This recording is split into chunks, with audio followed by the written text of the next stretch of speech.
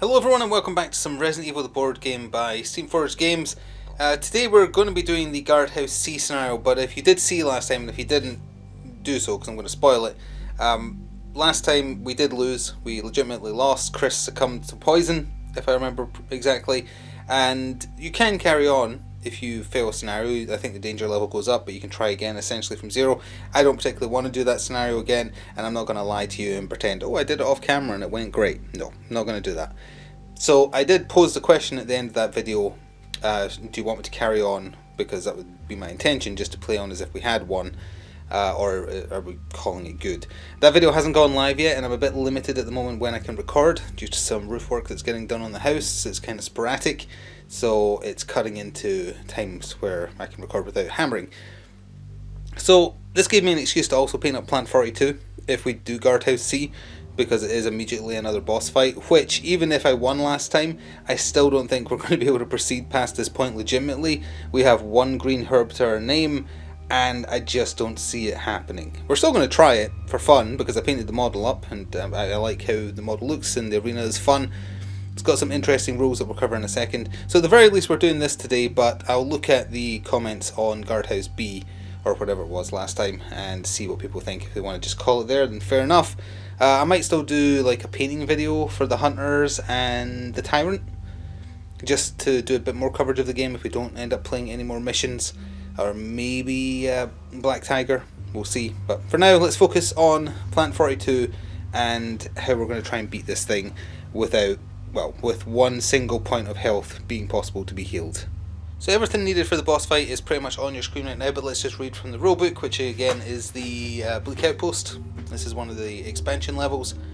The objective is kill Plant 42. If Plant 42 is killed, they've completed the scenario, and you get given the helmet key, which unlocks the third floor west of the mansion, on two floors, first floor and second floor I think, or first floor and third floor, which is immediately into the yawn fight in one of those cases, the true yawn fight that is. Little deck of horrors. At the start of the scenario, separate Plant 42's behaviour cards into a lower deck and an upper deck, which I've already done and shuffled them over on the left of your screen there.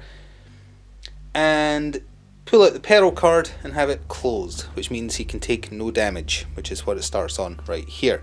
So you'll notice I'm on weakened Plant 42, but it is actually Plant 42 on this side as well that has 20 health, but if you're playing solo that has 10 health, because certain bosses, and this is one of them, has 10 less health if you're playing with one single character.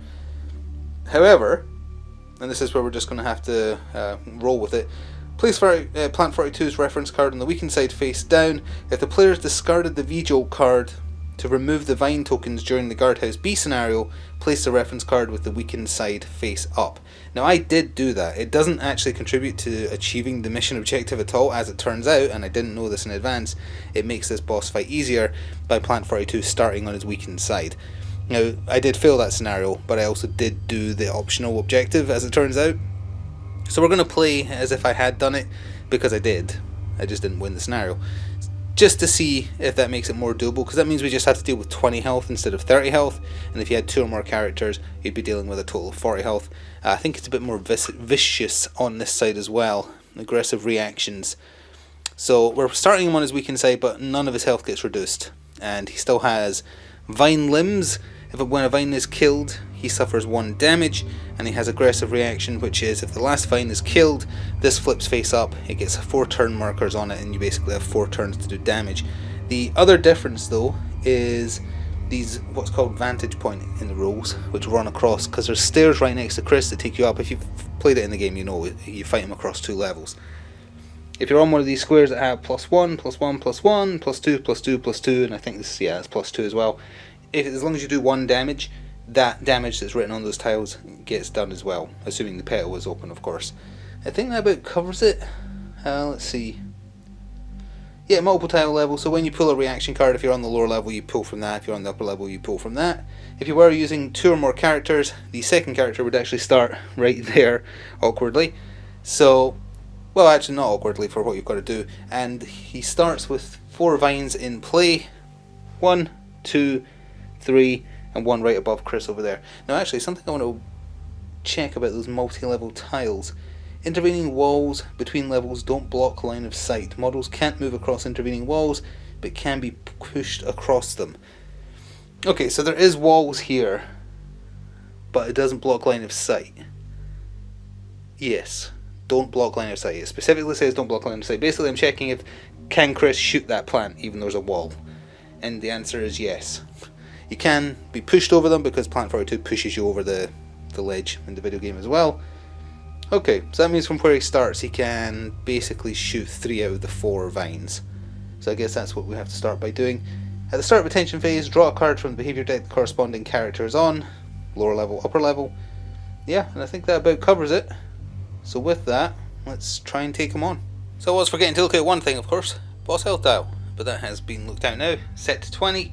So Chris is going to start by shooting his pistol at the vines in the bottom left corner there, because if you get a push result on a vine it counts as killing it, so it's not so bad, meaning that the pistol might actually have a chance to be useful. But I shouldn't say that before rolling.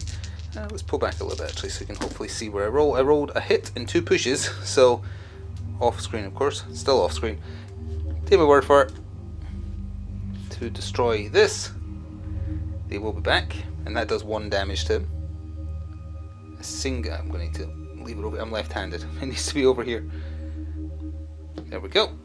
Then we're going to shoot 3 more pistol bullets at the vine up here, and we got a hit again. Wow. Okay, so that's 1 more damage. We have 2 actions left. We're going to use the. Well, first of all, let's bring that down. We're down to 9 pistol bullets. We're going to use 1 flamethrower on the vine directly adjacent to Chris on the staircase, which is actually blocking our way. We got him. Kaboom! And we can't see the last one, and also we don't really want to force Plant 42 open. That's 1 more damage. To force Plant 42 to open yet, because we want to take advantage of those extra damage points. So his last action is he's going to step onto the stair, and I think that counts as. Oh, you know what? That still counts as lower level. That 1 square, if we go onto this square onwards, it's upper level. So, reaction phase, the vines don't move, they just attack the tile they're on, the square they're on rather. So it's a lower level AI card. Constrict, range 1, easy dodge, 1 damage. A character hit by this attack can only perform 3 actions during their next turn. Alright Chris, dodge like you dodged Neptune. Nope, so that is 1 damage, and he can only do 3 things this turn. So we don't really want to kill the vine this turn either then. Okay, that's fine. Let's go 1, 2, 3. So I know it's hard to see because Plant 42 is huge. He's behind them. He is on the upper level now though. Corrosive spray. You have to do a hard dodge or take 1 damage. Doesn't poison though. Hard dodge. He actually did it. Okay. So, do I want to open up the petal this turn? I think it's at the end of the turn. Let me see. During each reaction phase. No, hang on.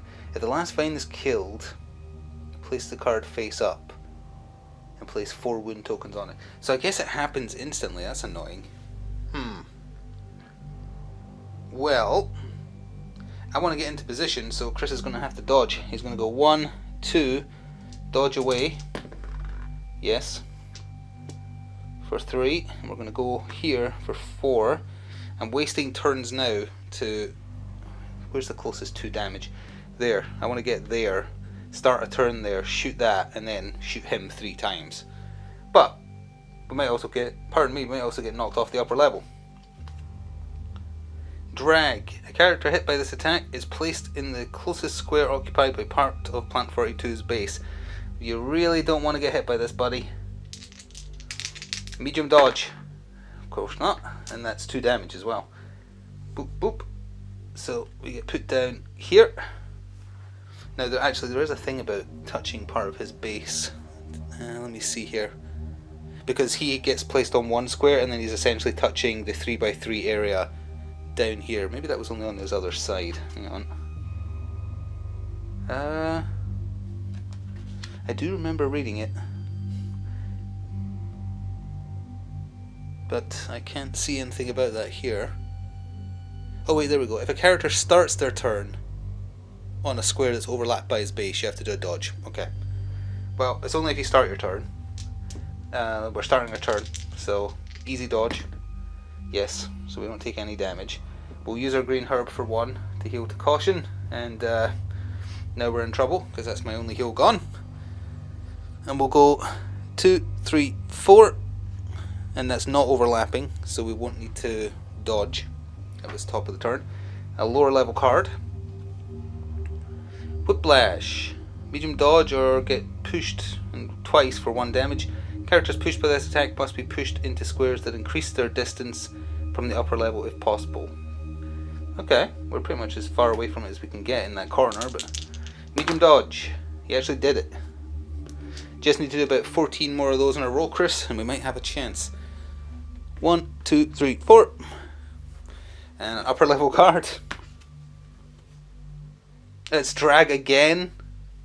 Well, Chris, you really need to dodge this one, buddy. Medium dodge. He actually did the best dodge, so we got away with it that time. And I believe there's only 2 of those. There's usually only a maximum of 2 per AI card. 1, 2, 3, and I'm dodging away. No, I'm not. Taking 1 damage. Well, then wouldn't I push the vine, which would kill it?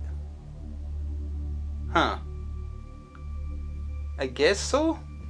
So actually we're stuck here, and I push the vine and kill it, which means we flip the petal open, and it gets a 4 count on it. I have a handy d6 here for that. We'll have to pull back a little bit to see that. No. He takes 1 damage from the vine getting killed, but then that immediately counts down, I believe, because it's the end of a turn. And it's an upper level AI card. Spore Stream. Easy dodge or take 2 damage. After resolving this attack, spawn a vine in the same square as the target, whether it hits or not. And it did not, barely. So a vine appears back with Chris right there. So I've got 3 turns where I can actually do direct damage, and we have a grenade launcher. We also have the self-defense gun, which I actually forgot about because I didn't use it. So let's move here for 1. I'll just take the +1 damage, I guess. We'll hit the vine with a flamethrower attack for 2. Yes. Which deals 1 damage, putting him at 15. And then we'll fire a grenade. No, we'll fire the self-defense gun. Let me read this. Oh no, I have to fail an evade roll first. Well, we absolutely could do that up there, so sure. We'll fire a grenade for now. We've only got 2. So we'll fire 1, and it's +1 damage because of the square we're on. That is the critical, so it's only 1 damage. So it does 2, thanks to the bonus, taking it to 13. And then we have 1 action left. I'll fire my last grenade. Don't roll a crit. Why is the crit the worst result on the grenade launcher? He rolled a crit, so it's 2 more damage. Down to 11 health. AI card. Kinda want Chris to dodge, to miss the dodge here. What is this? Okay, tendril lashes. When making evade rolls, if the character is within 1 square of a vine, increase the difficulty to medium. Well, thankfully not. So we have to do 3 dodges in a row. If I fail all of these, he's just dead. But if I fail the first, I'm going to shoot him. So first one, he passed it. Second one, he passed it. Third one, he passed it. And we'd have to shuffle these up. Oh, and that counts down to 2 turns now. What have we even got to shoot this thing with? That counts down to 2. I would have to use a whole turn to get over to the +2 damage. I don't think that works out as the best option here. So we still... I presume I count as being 1 square away from him, because he is overlapping these squares, so I can use the flamer, and I hope I can, because, well, I've got shotgun shells. Let's fire... Yeah, you know what, this turn it's just going to be firing all 4 shotgun shells. All 4 shotgun shells, and it's +1 damage if it does any damage. There's 1 damage, so it does 2. Taking him down to 9. Second shotgun shell. It hits for 2, +1 for the square, so it's actually 3. Putting him down to 6. Third shotgun shell. Nothing, so the +1 doesn't do anything. Final shotgun shell. 1, but 2 because of the square he's standing on. End of turn. I'll just count this down to 1 more. So the petal's only open for 1 more turn, but we can kill him. It is doing a drag. I want him to fail this roll so I can use the self-defense gun. He passed it. Yes. If a character is hit by this attack, no. Okay, so nothing happens because he passed it. Can we just finish him off then with the flamethrower? Or BM him by doing it with the pistol? No, we're going to have to use the flamer because it can consistently do damage. So let's start with one flamer round. It does 1 + 1 for the square we're on, putting Plant 42 at 2 health. One more load, nothing. We've got 2 rounds in the flamethrower left. There's 1 damage + 1 for the square we're on. So that takes him down only if we count that we did the V-Jolt. If we didn't, we absolutely would not have had a chance because Chris is 2 away from death and I have absolutely 0 heals. At all. None in the box or anything. But that is Plant 42 defeated. Well, thank goodness Chris remembered how to dodge again, although we're not in a great position. Mansion danger level goes down by 3 if you kill a boss, so it does go back down into medium danger rather than maximum danger. We get back those 2 grenade shells because we finished the mission. We get back 2 flamer and 2 shotgun as well, but it doesn't stop our health problem. In previous iterations of this game, I'm pretty sure if you have no first aid sprays at all, including in storage, when you finish a mission you got given one for free. I guess that just isn't a thing this time. And considering there's only 1 first aid spray in the A deck, that's kind of harsh, especially if you're playing with 1 character and can't really get through the A deck. Either way though, after the scenario, reduce the mansion danger level by 3 and then place the helmet key card in the item box. Now if you weren't using the expansion stuff, you got the helmet key after Crypts A, I think? Something like that. But either way, this is where you get it if you're using all the expansion content, and as I say, it gives you access to 3rd floor A on the west side of the mansion, 1st floor west C, basement as well actually, and 1st floor east C. So actually then, as long as I don't go to 3rd floor west A, which is where I presume Yon is, because that's where he is in the video game, we could do those other missions and hope to try and garner some ammo and health, more importantly, because I'm not got any now, and there's just green herbs mostly in the deck to find in that 1 first aid spray. But that will all depend, of course, on the general consensus in the comments of Guardhouse B. It's going live later today, I think. So by the time you hear this, I'll already know if the consensus was just call it quits there or play on. If it is playing on, I'll carry on playing on, and if we ever fail missions, we'll just carry on as if we did win, so I can show off all the missions, keeping in mind obviously it's not a true victory because, you know, we lost last time. But this does give us a bunch of options now that we have that helmet key, so I can look over the general gist of 4 different missions and pick one that seems the easiest to give Chris the slightest of chance to actually come back from this. Because if you're using the rules as written, we only heal to caution, because you're only supposed to heal by 1. We house rule that you fully heal because it's fairer. But if we were playing rules as written, he'd be starting the next mission with 3 health in total. So it seems utterly unattainable to me. But we can at least give it a go. So I'll see what people say and potentially see you in the future for the next episode. If you want to know about what colours and whatnot I used for Plant 42, I'll go over that, and Neptune as well, in the next Getting Stuff Painted that I haven't filmed yet. The only difference I might do to Plant 42 down the line is he looks a little bit brighter than he should, because I didn't use any kind of washes on him because I'm running out of the washes I like using. So I thought he was too large to use with the amount of wash I had left, so I was like, I don't want to have to do it because it'll look terrible. I'll just leave it and potentially do it in the future. But anyway, thank you for watching, and until next time, ta-ta for now.